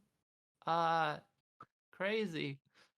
But yeah, so they saw through that tomfoolery and immediately arrested him. Who knew? He's not having a good time. No. All he wanted was chili dog money. Yeah. But that's really about it. That's all we actually know right now is he was arrested for supposed insider trading. I mean, yeah, I guess he's allegedly. It seems pretty like open and shut though. Really, yeah. Yeah. Like right before the shit was announced, he was August. A bunch of stock. August. Yo. Snoring. Yo, how you doing, man? It's not even worth waking him up. Yeah, dude, it's hardcore struggle bus right now, bro. What are your thoughts on the state of Sonic today? This did honestly. Have you seen some of the mod shit they've been doing? That game looks in the speedrun shit they've been doing. Honestly, that game looks sick as fuck. We've been talking about it this whole time. Yeah. Mm-hmm. Yeah, I've been not awake this whole time. So in my head, I was like, yeah, they should talk about that. Wait, you missed our whole review on Sonic Frontiers? Dude, we actually we were talking about it this whole time. It was kind of crazy. Oh. Yeah, no, we went into it right after Black Adam. Dude, did you know that they actually put they put in that's cap. They put in Hyper Knuckles? Damn, is he sexier than regular Knuckles? I mean, have you seen Hyper Knuckles? I haven't, no. Ah, shit. Well, you gotta like unlock him through through the options menu. It's a real like secret code. Why is it that like my brain comes up with the fact that like if Knuckles were real, he'd have some like piercings in weird places. It's like, you know, he just what kind of weird places? I'm not gonna say which weird places. I'm just gonna say there would be. Did you know you had two dicks to pierce? Why? He got them echidna dicks. Yeah, he had to go there. The double dongles. Dual wielding. Omelette. Dude, fromage. So yeah. Kimbo. Yo, did you August? Sad week. You want to you want to put a little cap on the Yuji Naka going to jail or getting arrested for double glizzy. Double. Yeah. No, was it like this wasn't even the only story in the news like that. Another guy went to the Japanese FCC hit up too. I thought I posted there was another guy from a different game. Like, oh yeah, the guy, one of the creators of Dragon Quest. They hit him up they too. literally just that was in the article as well, yeah. Yeah. But Yeah, People yeah, are no, trying to take man. advantage of it. Yeah, the people, yeah. So I didn't exactly read this article. All I knew is that the Japanese criminal justice system was coming for you, and when they come for you, like they tend not to miss. They have what, like a 90% conviction rate, because they basically wait till the case is already built before they try to go and get them. So, Yeah, yeah, they must have.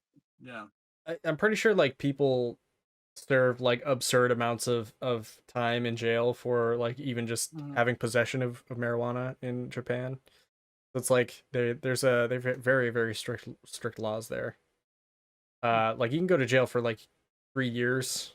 Yeah, but I mean, but anyway, I could be wrong about that. Don't quote me. I mean, you used to be able to go to jail for like 8 years for possession. So I mean, wouldn't it depend on the amount as well? But yeah, but the amounts were ridiculous. speaking of big sad August, I want you here. You think you can hold on for like a little while longer, August? hang in there. All right, because I want to. Speaking of sad, I wanted to talk about JDF. And did we mentioned the Conroy, right? That was the previous podcast. No, we didn't have a previous podcast. Oh shit! So yeah, it's been big. It's been big L's for '90s kids lately. It has, yeah. The Green Ranger, Tommy Oliver, aka Jason David Frank, died by suicide at 49. Unfortunately, just a few days ago. At first, I remember seeing stuff about it, but I thought it was all just like rumors again. I thought it was fake because a lot of times on Twitter, like people die all the time, and it just turns out to be kind of like a whole myth. But yeah, August, and I figured like it'd be a good moment to kind of go over like some of our like earliest memories of like Power Rangers, or like growing up with the show or something like that, or something you guys want to talk about. I don't know what you how you felt when you heard that he died, or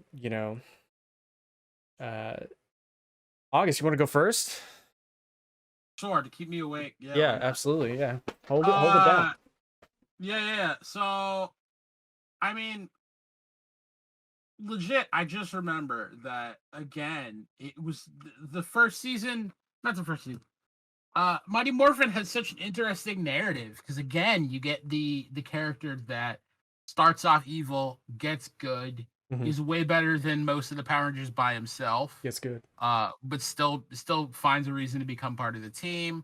Mm-hmm. And like honestly, they do it in a really heartfelt manner. Like it was just for a Sentai show, you don't expect actual quality writing of all of those different like situations, and Mighty Morphin absolutely delivered on that. Really just like excellent character. Jason David Frank brought so much charisma to that role. It's why he's many people's favorite Ranger, just in general. Why he's come back many a time. And yeah, I mean, absolute legend. I remember seeing so many threads about like, people are like just like I got into martial arts because of him, or like my favorite color was green because of him, and it's just like I mean, it's you don't expect it, but like these are the impacts that like media, especially beloved media, can have when you're that age. It's like lifelong things that you love because you discovered it early, and bringing so many people into this kind of modern interesting world of hero culture, superhero culture, or martial arts culture. All time legend for that. Just all time legend, just for being just, again, absolute unit. Absolute unit. I don't know what to say. Like just it's very very cool. Very very sad. Obviously, you know what I mean. Like I think then again, this country, not enough people get the help they need when they need it, and bad things happen. I don't know what his situation is, but right, absolutely sad to lose a legend like him like this. I have so many friends that have like even got pictures with him or met him at some point and said he was an awesome dude.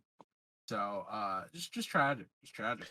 Did you ever like growing up? Did you ever watch Power Rangers on TV? Did you watch Mighty Morphin, or did you watch it later on in life? Or Oh no, I absolutely watched it when it was coming out. I still have like trading cards from back in the day. But yeah, no, I watched it on TV back in the 90s, back in the OG day, days, back when it was airing. right? Yep. Yeah. Dude, that scene from the first movie when he jumps out of the fucking plane in the skyboard, fucking legendary, bro. What a crazy way to open a movie. Like, he's always got to be different, you know. It's like Fast and the Furious shit before Fast and the Furious shit. Insane. Family. Yep. Really what it's all about. I mean, the Power Rangers were family. So, yeah. They were. Cool. Yo, Quint. Yo. What do you have any memories you want to share of JDF here? I don't know, like he was basically like a huge part of my childhood growing up. Yeah. And so it felt really weird reading that headline because he was one of the few like Ranger actors that didn't immediately distance himself from like the fan base. He would always be at like every signing. He would be at like every convention. Yeah. He was just like a huge like integral part of the entire fandom, and that was always really amazing to see. So it's awful. Like I was legitimately sad when I heard, which usually like these celebrity deaths and stuff like that it's just like, oh yeah, I mean that sucks. But when somebody is actually so involved with the fan base, it just hits different. Yeah, I mean, absolutely. It was like losing someone you've known forever. Yep. Yeah. I've heard people like say the same thing like about like Robin Williams when he died. Yeah, that was another one that actually fazed me. I was like, what? Oh. Yeah. And so like when you mention it, like the whole not shying away from the fan base, it's like it's interesting because, you know, I think a lot of the people that were originally part of that show kind of got burned pretty hard by the people that worked. They got screwed over by the people that, you know, were a part of Power Rangers. And it was only the people that kind of embraced it and sort of, you know, were like, yeah, this, you know, may not be the best situation, but, you know, I'm going to make the best of it, that, you know, moved on and had like a decent career afterwards. You know, Johnny Young Bosch being another one of them, who, you know, immensely successful voice actor. Yeah, I mean, it's definitely it's definitely interesting. I don't think that there would be a fan base if it wasn't for him, you know, embracing, like I don't think it'd be much smaller, you know, in the States anyway. If, you know, he didn't embrace like, oh, this is my thing, this is my moment to kind of shine and you know, carry the torch, which, you know, he did for a long time. Sure. He was supposed to be only a temporary character, but fans loved him so much that they actually like brought him on back as a full-time character and then kept bringing him back. Yep. Yeah, I watched I've, as a side note here, I've been actually watching through Mighty Morphin again after, you know, because I was like, you know what, let me watch this again, see what it was about, and try to remember. And then I also watched some interviews with him, and he said, you know, when he was let go with the Green Ranger, when they ran out of footage, essentially, they, you know, he said he was going to be gone, you know, from the show, and I guess like kids were depressed and they weren't eating and stuff, and like he was immensely popular. He had like the Optimus Prime effect from the Transformers movie. Kid won't leave his room for a week, and so they brought him back as the White Ranger, and you know, was probably even more popular at that point. He was supposed to be gone even before that, though. Oh yeah. Just his popularity kept him around way longer than he was supposed to be around for. It's because as soon as Zyuranger footage ran out, because the Dragon Ranger in Zyuranger, he dies. Yeah, well, that's why I there figured. was no more footage. He straight up dies. He is murked. I actually kind of want to watch Zyuranger at some point because I've never seen it, but it's pretty good. Also, I love there's a part where like the Green Ranger in Mighty Morphin straight up does like a Hadoken, and like he never does it again in the entire show. Like the energy ball blast. Yeah, he like shoots an energy ball blast like out of his hands, like straight up Hadoken style, and he never does it again. And it's just kind of like only while evil, I guess. Yeah. Even though I don't think he's evil in the show, he's just like morally differed for some reason. In Zyuranger? Actually, yeah, isn't he like trying to train the actual rangers or something like that as like an elder? He's evil. Straight up evil. He's evil. Is he evil throughout the entire show, or? No. He has like his redemption right before he dies. Yeah. And then he passes on his shield to the Red Ranger. Yeah.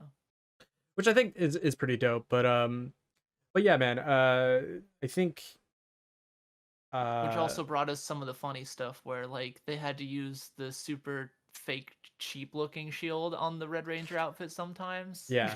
Because of that incident. So like sometimes you'll see like the Red Ranger with the really nice like proper Green Ranger thing. Yes. And then other times it'll be like this super rubber, cheap crappy one. I also love how like in the show there's this weird plot hole where essentially they're like only because Tommy becomes evil because Rita puts a spell on him and then also gives him an evil sword, which is like making him evil also. That's another carryover from Zyuranger. Yeah. They just didn't know. He always has that sword, like in the Zyuranger footage. So I guess they just didn't have any idea what to do with it. And then it's like, oh, the sword must be what's keeping him evil. And then it's like only Zordon knows what to do to like break the spell. And then there's like, and then later on, like it's like, okay, so you're waiting for Zordon to get back to be able to like break the spell of Tommy, right? And then Zordon doesn't come back. And then it just takes the Red Ranger to show up and then use his blaster to shoot the sword and dagger and then just destroys the evil sword. And then he's like Tommy again. It really doesn't, it's sort of really ambiguous to how the spell gets broken. Yeah. Yeah, but it's a kid's show. They were having a rough time writing around that Zyuranger stuff. Yeah, and it's actually, I literally just hit the point where they ran out of footage where the way Tommy loses his power, it's kind of funny because when you watch the shows back to back, you're like, oh, they don't have any Green Ranger footage for this episode. Because it's like, I gotta help the kids learn martial arts today. And it's like, okay. And it's like immediately after the Green Ranger shows up, does he start to be like, he starts taking a back seat every episode. He's like, oh, I gotta go help, I gotta go do the thing. Yeah. I can't, you guys carry on without me. And sometimes they can like recycle some of the older like Green Ranger footage from Zyuranger and like, oh yeah, he's fighting now. Yeah. And so like his stuff too is like him training in a park, and then putties will show up, and his is always like new footage that they made for him. Yeah. It's never like So it has the stupid cheap. Yeah. Shield. Also, what was weird That's is my favorite part. The difference of quality between the shields. Yep. The weird part too about that is you speak about the quality is in later seasons when they bring back the Green Ranger, he has a different helmet. They just decided to add like design elements to it that aren't on the original, which is strange. Like they add like a gold like horn or something like that, which was never in the original when you look at it. But yeah, man, Did you? I mean, I know for me, it was a huge part of my childhood as well. Like growing up, I think it was about like 5 or 6. I remember watching the show and going outside with my sister or something and like doing karate outside. Oh yeah, of Um, course. and It's a given. um, the I remember Having mock battles. I don't know if I was. I think I was like at the age where it was just hitting syndication between season 1 and 2, and so I was watching it like day to day, like after school. I don't know if like the new episode was always on Saturdays like back then, but yeah, it was a huge Well, it part of hit the my. point where it was like cycling, right? Like it hit its syndication plus. Like it would do its run of all Mhm. the available episodes, and then this season hasn't come out yet. Dude, Back to the day of the dumpster. season 1 is 60 episodes. Yeah, it's very long. 60 episodes for season 1, and then season 2 I Yep. think is like not much more, but they really do exhaust that footage. Yeah. And yeah, I mean, then once you get the White Ranger, the this Rangers are always separated from there on. they're pretty even much. kind of like separated after the whole Evil Green Ranger part 2. Yeah. But it becomes like really apparent with the White Ranger because they use Die Ranger footage to have the White Ranger be a thing. Yeah. Exist. Yeah. And there's no footage really of Zyuranger interacting with White Ranger. They had to order more footage from Japan. Yeah, there's actually like a few recap episodes where I'm like, oh, they must not have new footage yet. So they gotta, there's like an episode where they go to an island of illusion and like they start to disappear. But yeah. So yeah, I think for me it was like a huge part of my childhood and gave me a huge interest in martial arts and stuff. Also, I just want to say that the original show has really good choreography for a a kids TV show with martial arts, like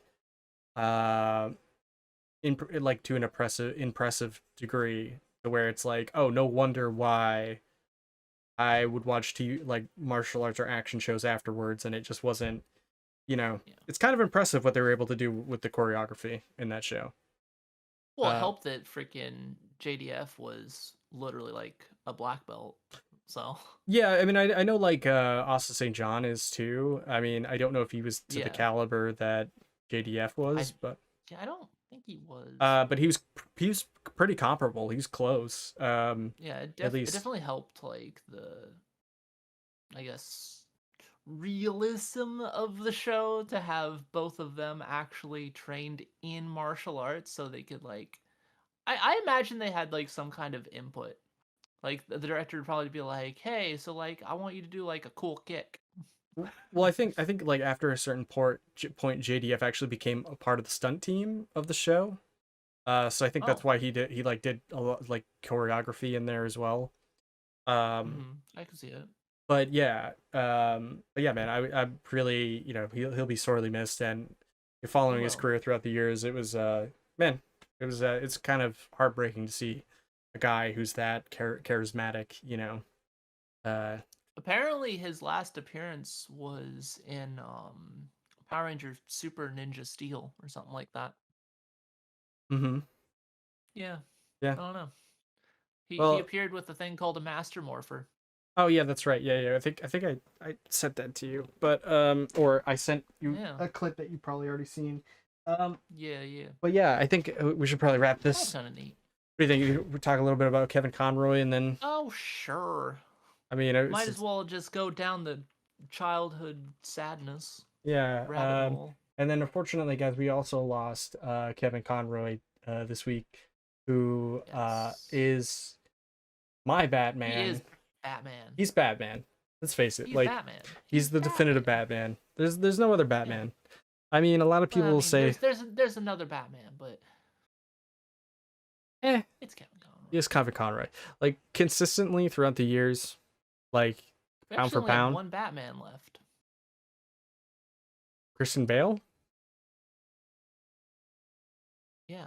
What it, isn't? Well, No, there's other Batmans had, left. There's what was his name? Michael Keaton. No, I mean like for Batman's voice. Oh. Frick, I forgot what his name is. Oh, this is a bad showing. Batman Beyond. No. I mean, he's still around too, but I mean like we've lost Adam West, Kevin Conroy, who are like the two Batmans, right? Basically. It depends on who you ask. A lot of people, it'll be like whichever movie they saw or they fancy the most. That's fair. If you ask probably most millennials, they'll probably say like Christian Bale, or Gen Z. But for me, it's Robert Pattinson. Not really, but yeah, I don't know. It's another one of the sad things. Like I've loved Kevin Conroy as Batman forever. Like he's just always done a magnificent job. Anytime I think Batman, I think Kevin Conroy. And Same. like if it doesn't have Kevin Conroy as Batman, I'm like, I don't know about this one. I don't know. Yeah, it might be okay. Anytime, but if it has Kevin Conroy attached, I'm like, all right, this is probably gonna be good. This is Batman. Yeah, this is Batman. Yeah, for sure, big same. It always felt like, he was Batman to me. If I read Batman, it's like it's Kevin Conroy's voice. Yeah, pretty much. It's and then the Batman the animated series, and then Batman, and then Justice League, and then Batman Beyond. All of these are amazing pieces of artwork. Animated things like freaking Mask of the Phantasm. Yep. And then the various other animated movies like the Justice League movies and stuff like that. Like he's just Batman. Yeah. I don't know what we're gonna do now. I mean, I think they've been trying out a few other people throughout the years to replace him, and because I don't think he really wants to. None of them have been like Batman. You know?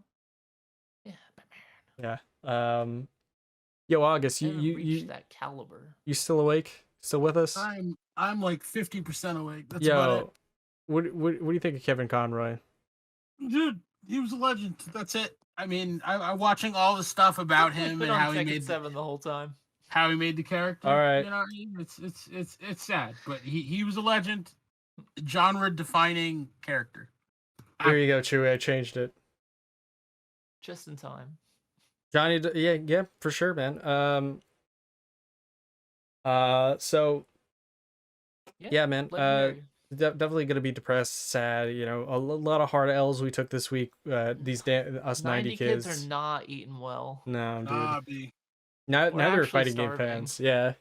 No, fighting game fans are eating well, just in the future, right? Like we've seen Tekken 8, we've seen Street Fighter 6. Those both look absolutely amazing. Like just because this year hasn't been like super great, other games have gotten more support. Like Street Fighter got more support. Yep. Tekken even got more support. That's true. Fighting games aren't dead. That's true. We're still eating well. We're eating well. All right, guys. With that, Just not for new stuff. I think we should probably close out so we can let August get some sleep. Closing. Quintessence, where can people find you? Well, I stream over at twitch.tv/quintessencehd. I've been posting a little bit more over on Twitter, also quintessencehd, and on this podcast, of course. So, August. Where can you find me when I'm not napping? Where can people find you when you're not napping? When I'm not napping, people can find me right here on the Backlog podcast. Sick. Matt's Discord. Come check me out. You can play some multiverses. Have a good time. All right, guys. You don't play games. You can find the backlog on Instagram, we're on TikTok, we're on Twitch, we're on YouTube, we're on anywhere you can find podcasts. We are on, everything and your toaster. Soon to be your fridge. Soon to be your fridge. And with that, guys, this has been the Backlog Podcast number 38. And remember, sleep is important. Stop. Get it. And just do it. Do it. And may the power protect you. Do it. Yeah. And family. Don't forget family, especially family.